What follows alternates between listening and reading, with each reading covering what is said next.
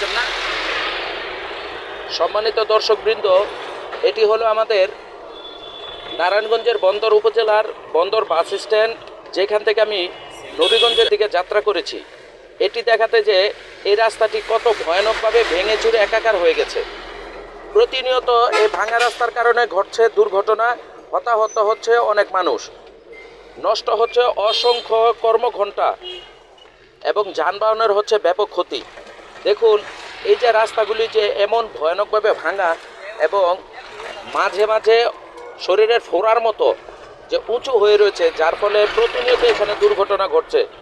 অথচ কর্তৃপক্ষ এই ব্যাপারে কোনো যথাযথ ব্যবস্থা নিচ্ছে না বা এই ব্যাপারে কোনো গা করছে না। এই যে দেখুন, এই যে রাস্তাগুলির হাল দেখুন, এটি কি কোনো গাড়ি চলাচলের জন্য কোনো উপযুক্ত রাস্তা? অথচ এটি হলো বন্দর উপজেলার সবচেয়ে বড় এবং মহাব্যস্ত একটি রাস্তা, যেটি বাংলাদেশের দক্ষিণাঞ্চলের সাথে নারায়ণগঞ্জের সাথে সংযোগ স্থাপিত হয়েছে এই রাস্তার মাধ্যমে। এর কিছুটা পশ্চিম দিকে রয়েছে নবনির্মিত তৃতীয় শীতলক্ষ্যা সেতু, যার মাধ্যমে বাংলাদেশের দক্ষিণাঞ্চলের সাথে আমাদের এদিক দিয়ে যোগাযোগ স্থাপিত হয়েছে। নিম্নমানের ঢালাই এবং মালামাল ব্যবহার করার ফলে এই রাস্তাটি বাহ্যিকভাবে চাকচিক্যময় হলেও কিছুটা রাস্তা, কিন্তু ভারী ভারী গাড়িগুলি চলাচলের কারণে অতি দ্রুতই এর ছালবাকল সব উঠে যাচ্ছে এবং প্রতিনিয়ত এখানে দুর্ঘটনা ঘটছে। দুর্ঘটনাগুলো এখানে ডাল ভাত হয়ে গেছে।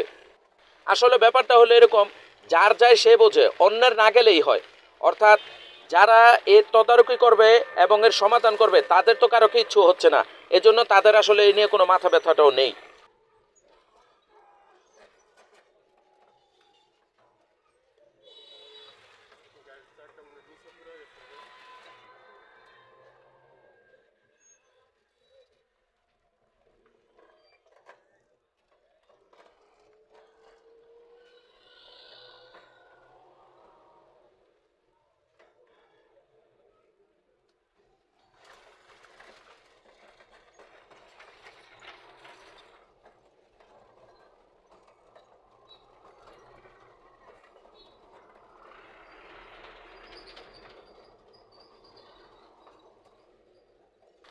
দেখুন, এই যে রাস্তার হালগুলি দেখুন, এগুলি কি কোনো রাস্তা?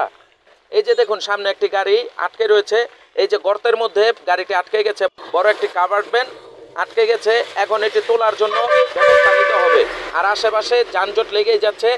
এবার চিন্তা করুন, এটি কোনো যাতায়াত করার মতো উপযুক্ত মহাসড়ক?